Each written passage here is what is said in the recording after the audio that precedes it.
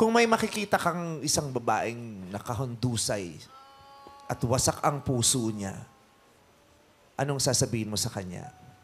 William. Lahat naman tayo talaga, we're bound to deal with different feelings, di ba? Nasaktan tayo. So talagang process yun eh. Naniniwala ko na talagang kailangan mo maramdaman at maintindihan mo kung bakit mo siya naramdaman, kung bakit mo pinagdadaanan yung prosesong yun. And yun nga, base din po sa pag-uusap nyo kanina, di ba? Anong sasabihin mo sa kanya pag nakita mo siya?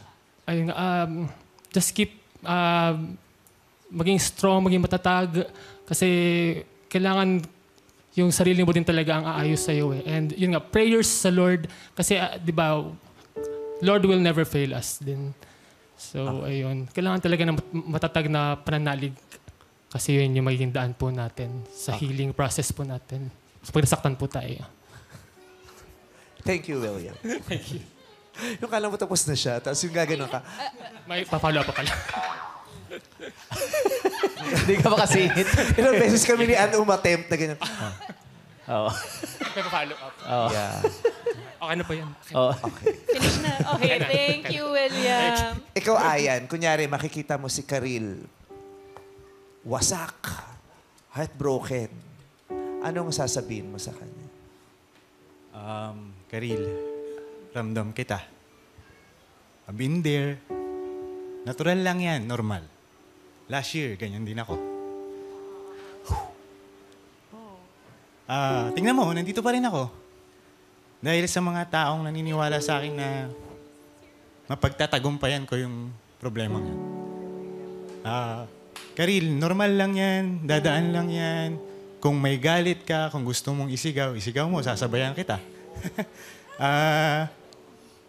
Ayun, nandito ako. Kung may gusto ka pang sabihin, handa akong makinig. Kasi alam kong proseso yan, matagal yan. Kaya sabayan natin. Sabay ako sa agos ng problema mo hanggang sa sabay tayong ngingiti.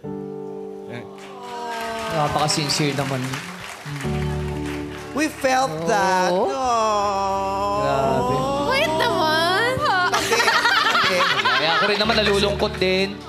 Oo, grabe. Bro, we Sasabayan felt kita. that. Sumigaw Sabay tayo. tayong eh. ngingiti. Ako sa boses niya, nagbe-break. Nanginginig yung boses mo, tapos teary-eyed ka.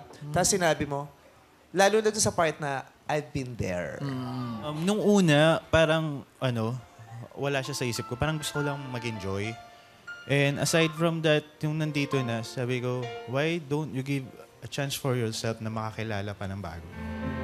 No one knows eh. Hindi naman, sabi nila, baka palabas lang yan. Pero no one knows. Baka biglang may flip bigla si God sa istorya natin. May plot twist, hindi mo inaas. Pero ang ganda na sinabi niya, ha? Kasi diba minsan we pressure people to do things para makamove on. Pero tama yun na, if you want, just enjoy. No pressure to have a girlfriend agad-agad. No pressure na kailangan may majowa ka, may mangyari. Just enjoy and see what happens. Di ba? Totoo. So, we hope you continue to enjoy.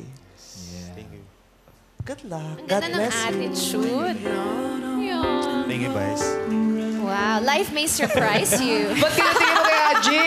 But I compare.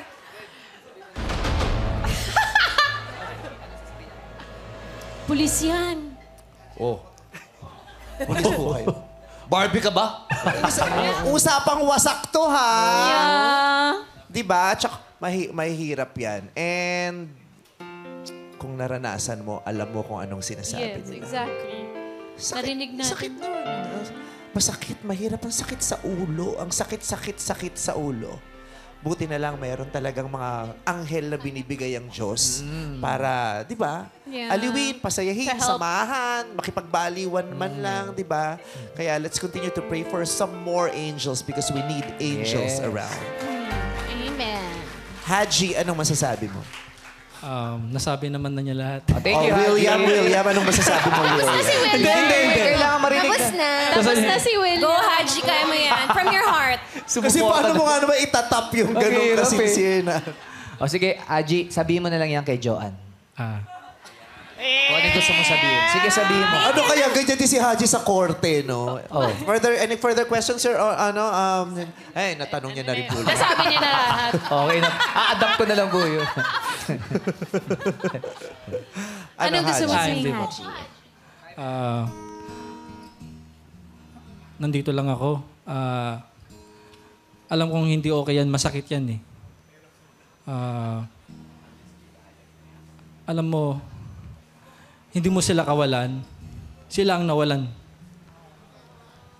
Ay, Alam mo sa sarili mo iiyak na... din siya, tingnan mo. Patulungan. Hindi. Darating din ang tao para sa'yo. Hindi pa pinagkakalob ng Panginoon, pero alam ko darating at darating. Oh. Ganda. Maraming Kapatid salamat, naman. Haji. Marian, anong reaction mo sa mga narinig mo? Parang may familiar yung story ni number 1. Lalo na si number 2.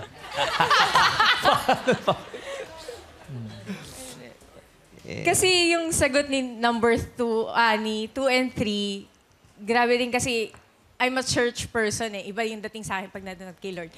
Pero kay number 1, tingin ko makaka-relate kami sa isa't isa.